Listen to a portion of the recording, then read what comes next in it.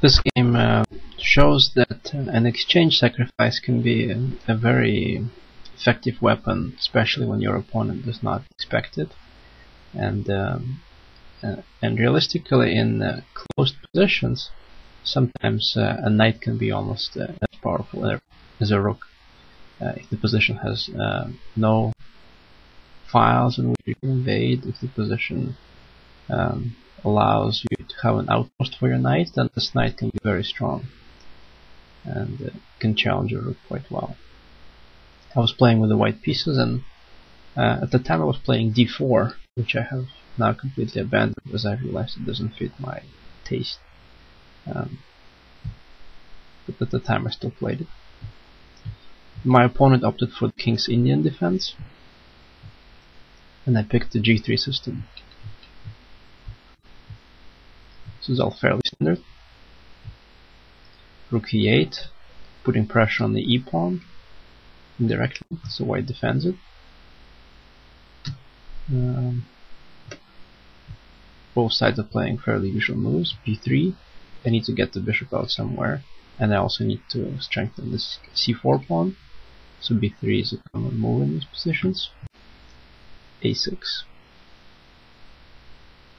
This is a bit unusual. Black is going to play for b5. I finished development. Here comes b5. Black has opened up the file for his rook to put some pressure on my pawn. Queen c2 creates the threat of knight b5. Black defends. This is putting pressure on the d-pawn, so I trade. And here's a very interesting moment, one of the key moments in this game. I'm threatening to capture, because then the opposition on the a file will probably come into white's favor. And I'm putting pressure on the b5 pawn. Here black could just take, and nothing major would happen. This would be just the position, the weak b pawn against the weak c pawn. Nothing terribly exciting is happening. Instead, my opponent played a bit of an odd move. He played b4. Well, isn't that a typical positional mistake from a young player? Doesn't he just allow me to play knight b1 and then maneuver the knight to c4, the perfect outpost? But it turns out he had an idea in mind, which may have not been fully correct, but it worked pretty well for him in the game. I play knight b1, now rook to a5. Where's the rook going? Well, I'll just move my knight to c4 as I planned. And now, exploiting the pin, black is ignoring the threat against his queen, and he's putting more pressure on c4. And he's threatening to take on c4. So I defended. Queen retreated, and my queen also retreated. This may have been not the best move. I may have been better off guarding c4 with the queen. So this allowed black to play an interesting sacrifice. Capture. Capture with the bishop. Now it seems like I have a perfect position. Bishop is looking at f7. The rook is quite misplaced here. And just out of the blue, my opponent sacrificed on c4. So what happened here? Well, now the b pawn is a passed pawn. This knight is very well placed here, and this a pawn is now isolated, and the c pawn is also isolated. Does that compensate for the exchange? Probably not, because the a pawn, even though it's isolated, it's a passed pawn, and the rook is right behind. Black is still left with a bishop, and it's going to take a little bit of maneuvering to get the bishop into the game. And there is an open file, there's an open d file, so I should have some hope to exchange the rooks on that open file, and my rooks won't be entirely passive. But still, there's definitely some positional compensation for the exchange, and I have to be very careful, which I wasn't. And I was also very surprised by this whole turn of events. Queen c2, the second knight begins to maneuver to c5, and here I made a plan of trading off that knight, one of those knights. It may have been better to just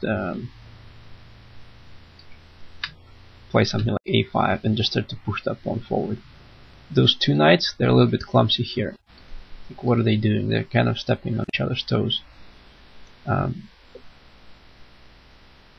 Instead, I decided to play knight d2 and cover up b3 and even exchange knights there.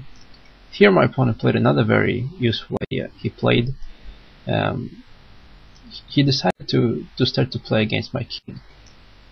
My king used to have a defender on g2. Now that bishop is gone completely off the board, so my king is a little bit weakened. But of course there's nobody to take advantage of this. So he started the pawn advance that is intended to weaken my king. And this also turned out very, very useful. I just decided to ignore it and continue with my faulty plan. And black continues with his plan, which is very useful here. Exchange knights. And here I just did not know what to do. What I probably should have done is I should have taken the challenge and just taken on h4.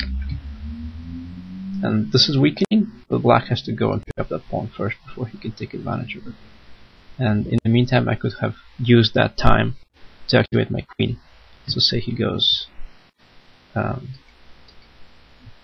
queen d8, then I could activate my queen as well. And this might have been a slightly better way. Instead I played bishop c1, black exchanged, and now this king is weaker. If the black bishop gets on this diagonal, there will be a problem. What's even worse is that I now suddenly have some other weaknesses. The e4 pawn suddenly becomes weaker than it used to be. It doesn't have the f pawn that could support it. The f pawn now is gone off the file. So black suddenly starts to invade from all directions. The threat is very simple. Rook to d4, putting pressure on the pawns. I don't have time for rook d1, because if I go rook d1, well then he'll just take another pawn. This wouldn't be too good. So realizing that the game isn't really turning the way I want at all, and black has taken over the initiative, and being a much higher rated player in this game, I was also quite scared of losing. But I also realized that my opponent is probably quite happy with a draw. I offered him a draw, and this was probably a good move here, because black has really taken over the initiative. So my opponent accepted the draw, and he was of course quite happy that his risky idea paid off. But the position has become quite unpleasant for white. For example, after my king g2, black could start kicking. Now the rook comes in. He just starts taking everything, and the bishop is pinned, and there's more pressure on the bishop. And white, black is just picking up more pawns. I managed to put some pressure on f7, but black has his own threats as well by now. And this position would have been quite unclear, but black has a very good game here.